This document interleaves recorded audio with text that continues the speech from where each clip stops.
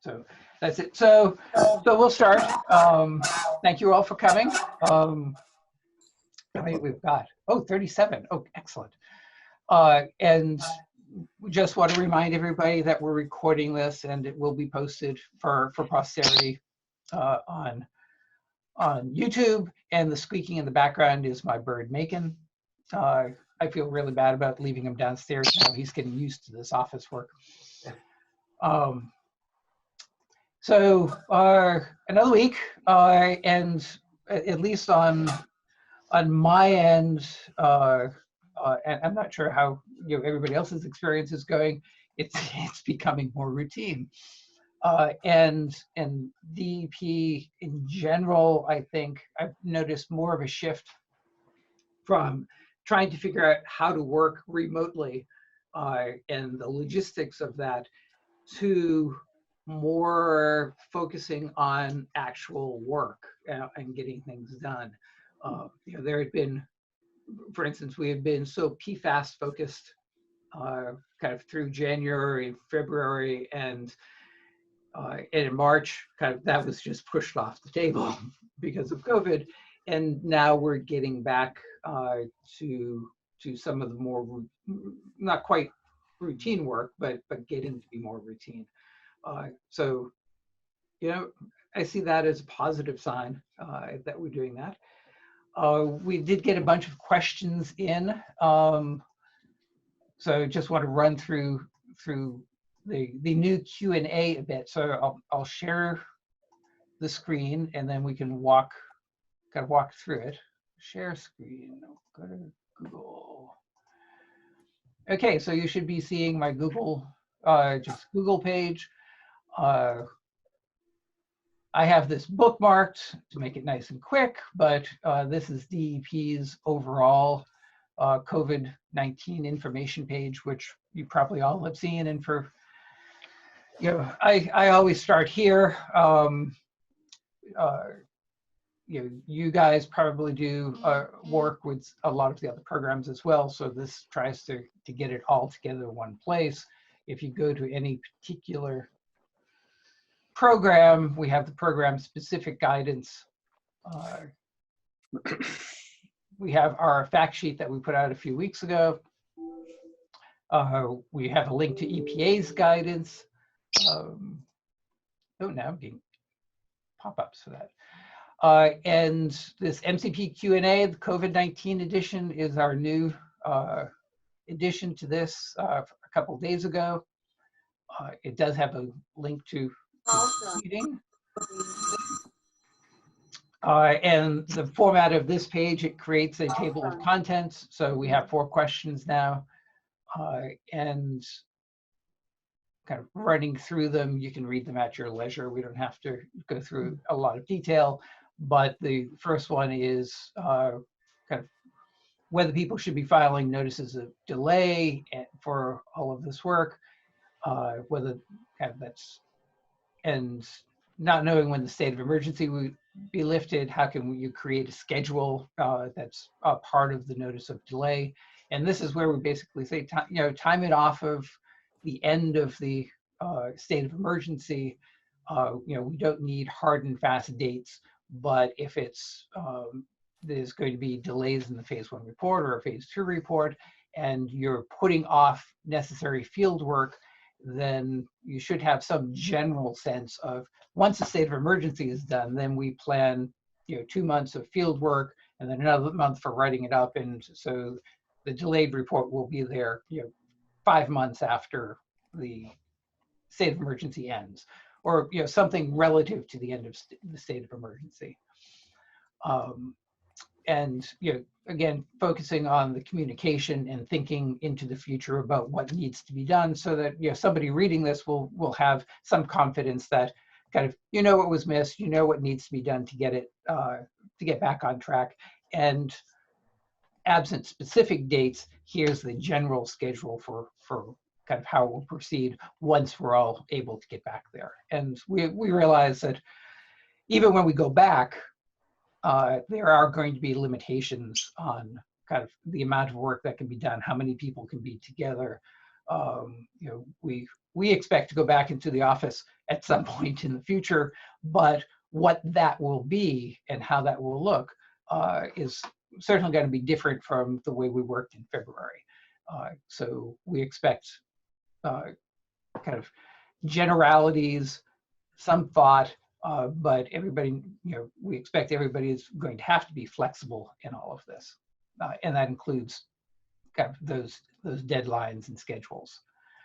A question came up last week on the RAM status report, whether if RAMs are going to be delayed, the start of the RAMs, whether that should be described in the RAM status report or the notice of delay. Basically, we're saying either one. I think we have a general preference for the status report. It's just, you know, it's updating the status of the RAM, so that's a natural thing. But either of those mechanisms can be used for letting us know. Payment of RAM fees, you know, don't come into the office to give us a check. You know, this process for this, and also don't put copies of the check in any public records. And notice to record interest holders, things like notifying people, communications with people, we feel can and should continue. Those are things that are relatively unaffected, although, you know, the mail is going to be slower, picking up the mail is going to be slower, but that can continue as well. So as we get more questions, and we're still working on a few that will go up there, we intend to update this Q&A as we have questions to put up. So keep them coming.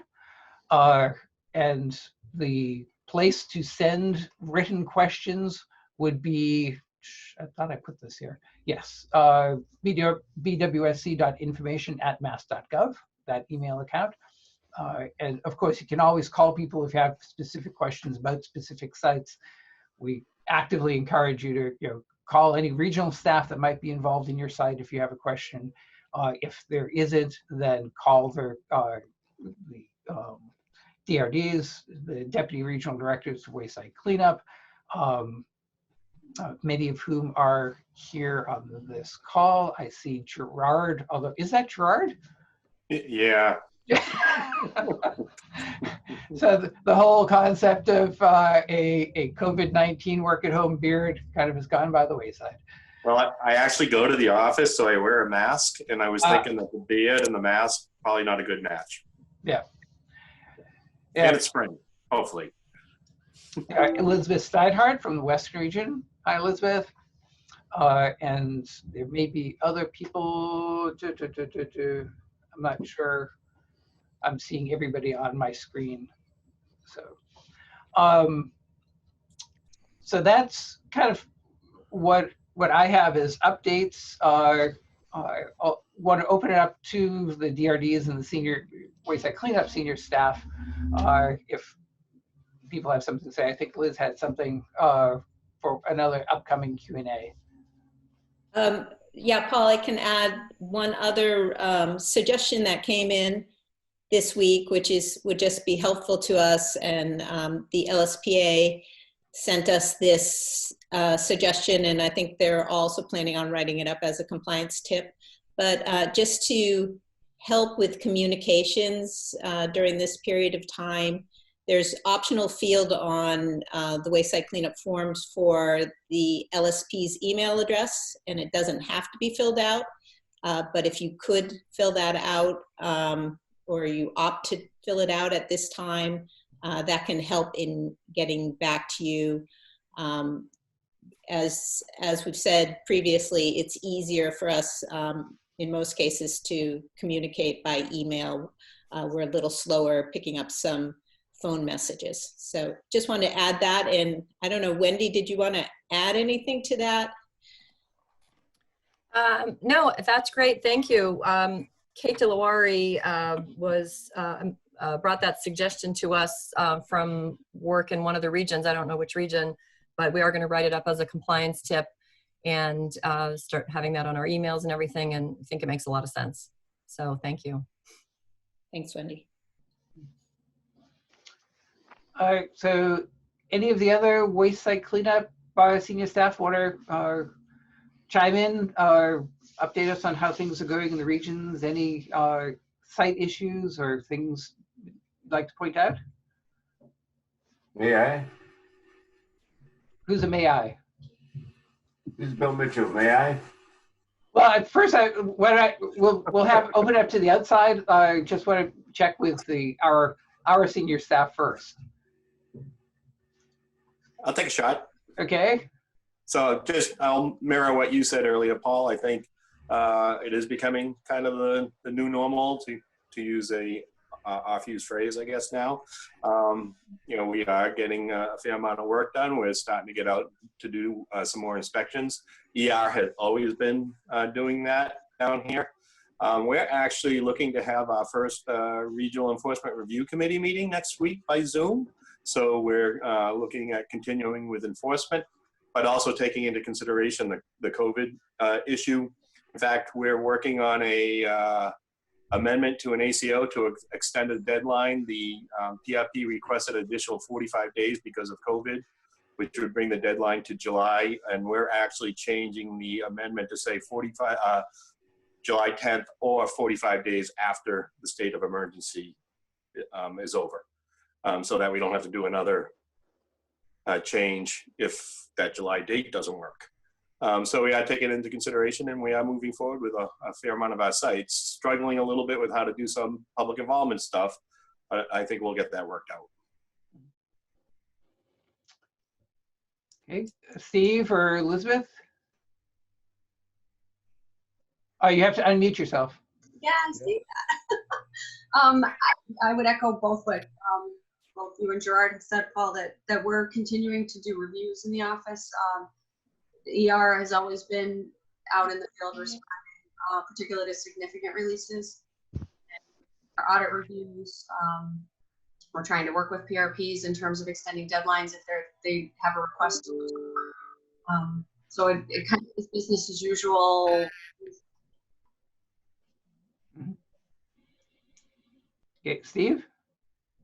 Anything I have to say is just repeating what Gerard and Elizabeth said. We're doing the best we can, and we're people are plenty busy, and hopefully we're back in the office full time in the not too distant future. Yep. Okay, how's it going on the private sector side? Bill Mitchell. You need to unmute yourself. There you go. I'm in, right? Yep. And that was perfect because I was humbled a few years ago when I learned that notice of delays just basically tell the department you're in non-compliance with the MCP. And years ago, I thought if you filed a notice of delay, it put you in the good graces of the department that you were in compliance, but it's basically just a note to the department that you're in non-compliance. So Gerard talked about this a few years ago when he humbled me down the Southeast region. And so we're in a position now where we're doing notice of delays. Now, Gerard's comment back then was, we'll always let that notice of delay go in because we realize we're trying to work with the private sector. But if it hangs in there too long, like maybe 6 months, we're going to probably be on you. So how's the department dealing with notice of delays right now? Because they are a tool that we need to use. Yeah, well, I think first the policy guidance that we put up, I think deals with that specifically, but overall we are, I think we say in that very clearly that because of the state of emergency and all of the kind of shelter in place kind of orders, we only expect field work going out to deal with time critical issues and in emergencies. So, we are not taking enforcement actions for failure to, submit reports if you're not able to do that because of the COVID stay-at-home work. We want people to err on the side of staying in place, not going out, not creating COVID-related exposures, unless it's an emergency. The environmental conditions kind of tip the balance and require immediate action. So in this case, in the collection of executive orders and their requirements for minimizing human-to-human contact, we're not taking enforcement action for failure to do that. The notice of delay is a good tool, and we're very glad we have it, so that it provides structure for people letting us know that this is going to happen. So we know that this missed deadline is related to COVID-19, and thus it's not going to automatically trip something in our databases, saying that these people are out of compliance, run out and do enforcement. So what we're trying to focus on is making sure that this communication between the PRPs and the LSPs and DEP, so that we're all aware of what's being missed and why it's being missed. And with that communication, we're saying that we're exercising our enforcement discretion and doing that. Everybody is always concerned about, well, what if people are using this as an excuse not to do work? Right. We'll deal with that. But we expect everybody is acting in good faith and dealing with the things that need to be dealt with. So we expect notifications. We expect people to deal with immediate actions. And if there's any doubt about where this falls, we expect people to call the department and communicate and figure it out working with the DEP staff. We're in general not sending our staff out unless we can do it carefully and thoughtfully and being protective of our staff. And we hope that everybody else is doing the same thing, being very thoughtful about what work does get done and what doesn't. Paul? Let me just add to that real quick. When you do the miscellaneous form, I think it's 126. Yep. I checked, delay, for example, for phase 4. But then I also checked because I do believe that that's appropriate. Does that sound inappropriate to also check the force majeure box on the 126? You can. I wouldn't worry about it. Okay. One way or another. All right, thank you. The communication is the most part. Whether if you check both boxes, great. Okay. I don't think it changes. Checking both boxes doesn't change the fact that you're telling us it's related to COVID-19. That's Yes. the part. You're telling us is the important part, and you're telling us it's related to COVID-19 is part of that package. Thank you, Paul. Matt, were you? Yes. So I was wondering, we have a NAFNON issue and the need, this is up in Steve's region, in Chelsea, a lovely location to be in. But we have the requirement to retract and re-record an AUL, which lacked the NAPL management plan. So recording an terminating and recording and recording a new AUL, a little problematic. Not sure we're going to be able to meet the NAFNON timeline. Is that an appropriate, if we start getting near the end and it doesn't look like it's going to make it, a notice of delay appropriate? Yes. Thank you. That was easy. Yeah. And it's a beautiful day in the neighborhood down here in Warwick, Rhode Island. Thank you. Yeah.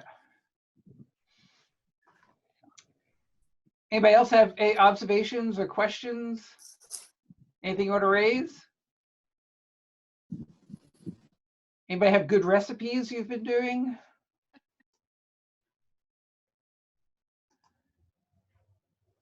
No, you're all more or less muted. So if you do want to talk, just unmute yourself. Brownies are too easy. I was going to say, because it's been so cold, we've been doing a lot of soup. It's not spring yet. Yeah. No, we haven't done soup. I haven't even done brownies, but COVID-20. Covatinis. Covatinis. Drinks. Yeah. Yeah, luckily, the people that will send you boxes of wine, they're still shipping. I want to know from Dot, what's in a Covatini? It sounds pretty good, actually. It's basically any kind of martini that you want, whether it's a Cosmo or anything like that, or lemon drop. I was so hoping you had a new recipe, Dot. I really was. Well, I do have a new recipe. I just didn't like it, so I modified it. I'll send it to you. No, thank you. You're welcome. Also, if anybody wants to know, Aeronaut Brewery is delivering. Really? Yeah.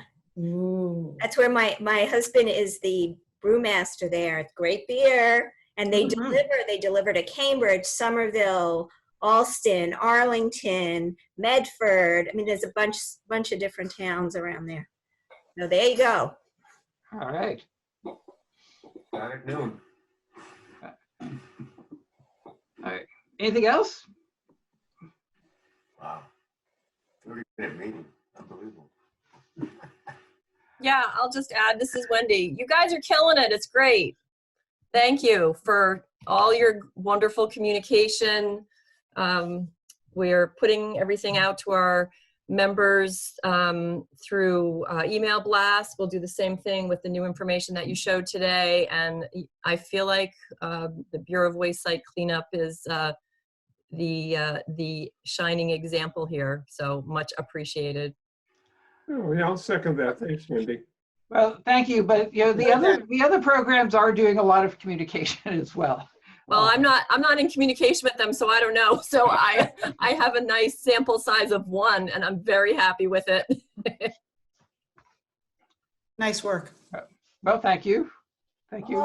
It's nice having this almost personal interaction. Oh, there's Scott. Like I'm going to walk with Matthew.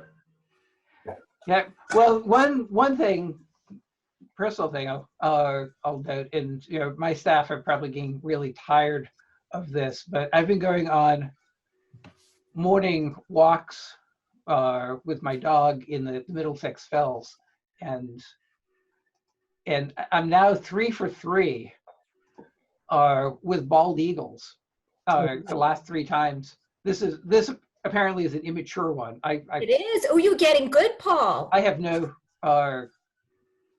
memory for things, but it is there. A pair of them seem to be spending a lot of time out in the island in the middle of Spot Pond.